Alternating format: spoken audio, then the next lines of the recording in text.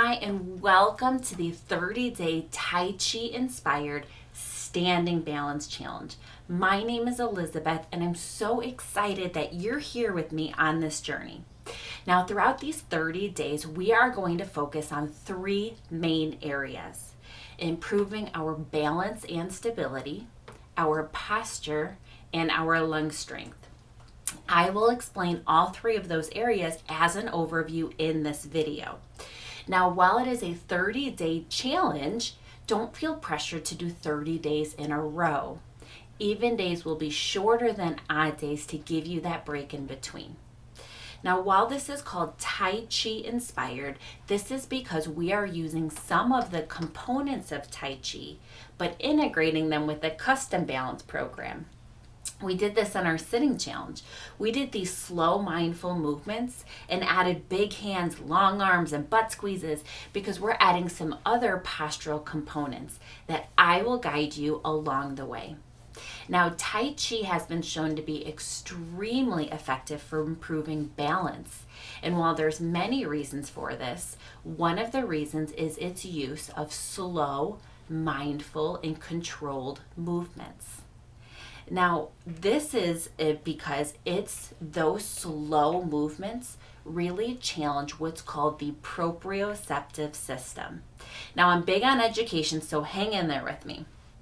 The proprioceptive system is your body's awareness of where it is in space, that you're shifting to the right, that you're shifting to the left. Now, the proprioceptive system does tend to decline as we age, but it has been shown to be responsive to exercise. It just has to be the right kind of exercise. And Tai Chi is one of those because the proprioceptive system is challenged with slow instead of fast movements. Now, this makes sense. If I were to grab a cup from the cabinet and just go 1, 2, it was fast, so my body didn't really have to respond to those little perturbations or writing reactions or weight shifting. It didn't have to sustain any of those because it was so fast. However, if I were to reach up very slowly, hold that position, that weight shift, bring it back, now my body has all these little calibrations and writing reactions against these small perturbations as we go. That challenges the proprioceptive system. That is why we are going to do slow movements and why Tai Chi is so effective for that. Now, the second way we're going to challenge our balance, well, there's two more ways, specifically is our focus on single leg stance and weight shifting. This is because the research supports it. In fact, there's even a little test called the one-legged stance test, in which physical therapists ask their patients or residents to shift their weight onto one leg. They start the timer as soon as that leg takes off and then ends it as soon as it replants. Now, the research shows that usually there's a cutoff around 10 seconds between fallers and non-fallers. However, it is also different based on your age. There's age norms that I do recommend that you look up to see where you fall on the spectrum. But average non-fallers in this study were shown to be able to hold up their leg for about 15 seconds. So this is because as we walk, 40% of the time we're on one leg. And I'm going to demonstrate. The reason I am on a blanket is so you can see my feet. Please don't walk on blankets that you can trip on, but let me just show you. Ready? One leg, holding that weight shift, and then switching again. So we really need to improve that stability with that unloading and weight shifting as we go. Not only that, but it really strengthens what's called your glute muscles. And that's the nickname for the 3 butt muscles that are essential for posture. So we're going to focus on stabilizing those because it stabilizes the pelvis as we go along. So that's the purpose of our focus on weight shifting.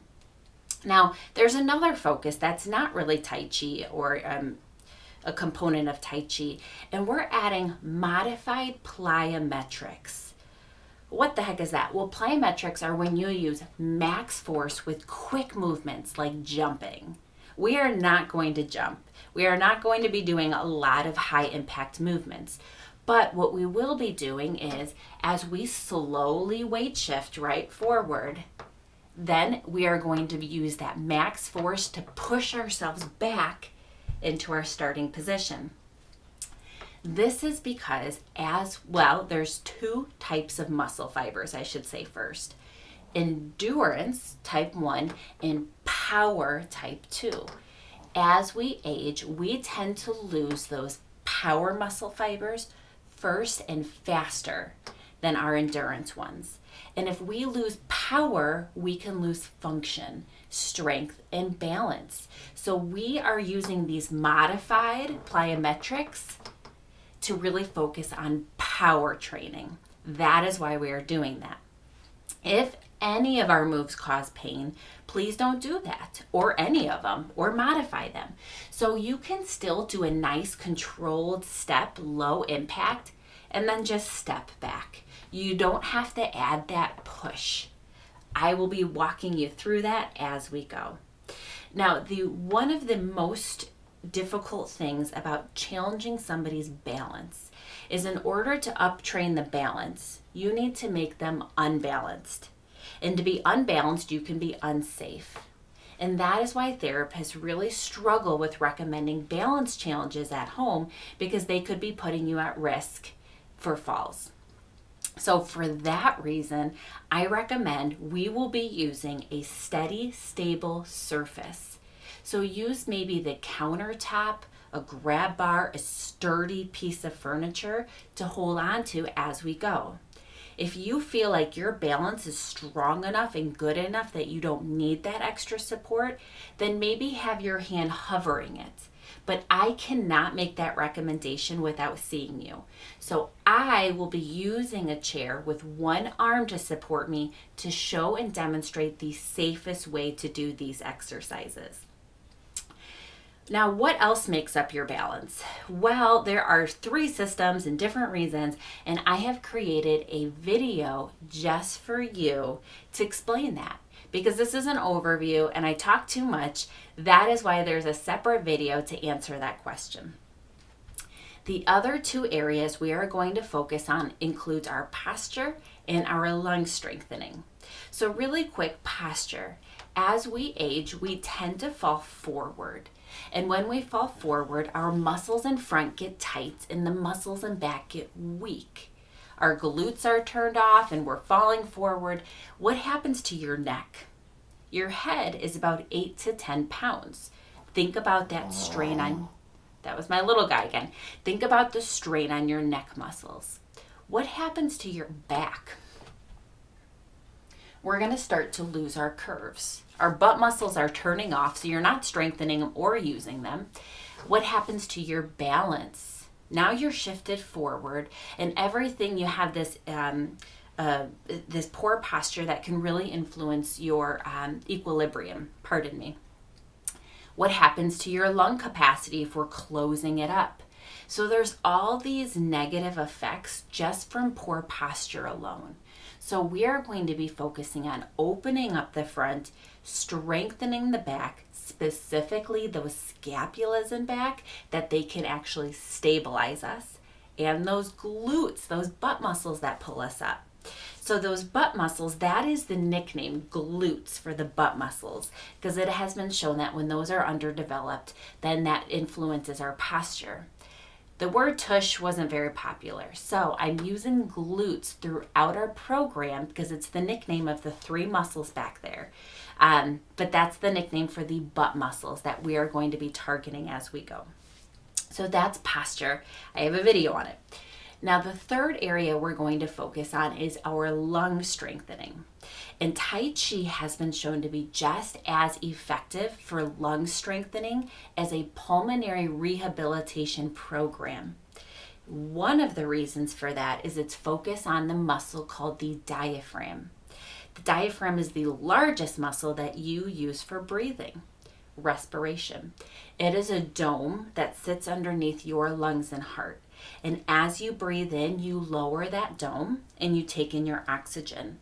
And then when you're done, it recoils back up and you expel your carbon dioxide. Now that diaphragm has two roles. 70% of it approximately is devoted towards respiration or breathing. But about 30% on average is dedicated towards posture and holding you upright. The exercises in Tai Chi challenges you to make your diaphragm do both of those roles at the same time. So it's really going to challenge it. The other thing we need to do with the diaphragm is to strengthen or stretch it, because we want your diaphragm to move in its full range of motion. A lot of times when we don't expel all of the carbon dioxide, that dome doesn't recoil all the way back up. We can do some some carbon dioxide can get trapped behind, and that diaphragm, if it's not moving in its full range, we're going to get more shallow breathing and we're not going to get that lung expansion. So for that reason, a lot of our exhales are going to be longer than our inhales, and we're going to be using pursed lips like you're blowing out a candle in order to get that diaphragm to recoil all the way back up. If you have a disease called COPD or a respiratory illness, please watch the video I created for you that's going to talk about how this system is different for you. However, what we do want is that diaphragm to lower.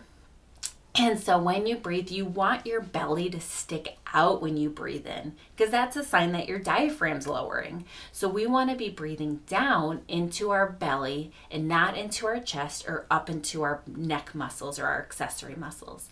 So we'll be breathing in through the nose, letting that diaphragm lower, and then out through the mouth, letting it recoil back up. That is how we're going to do our breathing. That is how we're going to target the diaphragm. There are other muscles used for respiration, but that's the main one that we are going to target. I have a video on that too. So all that being said, those are the areas we're going to target, how and why we're going to target them. I think that provides enough information for you. If you have any kind of if you have any kind of injury in any way, please consult with your physician first and foremost to make sure that this is appropriate for you. If you've been given advice from a prior physical therapist, occupational therapist, or physician, please listen to their advice first and foremost. Do not negate any treatment or advice that you've been given by listening to me instead. Also, don't neglect to seek treatments because of what we are doing. So remember those things, and remember our safety first and foremost. All right, let's go ahead, jump in and get started, because little steps each day can make some big gains.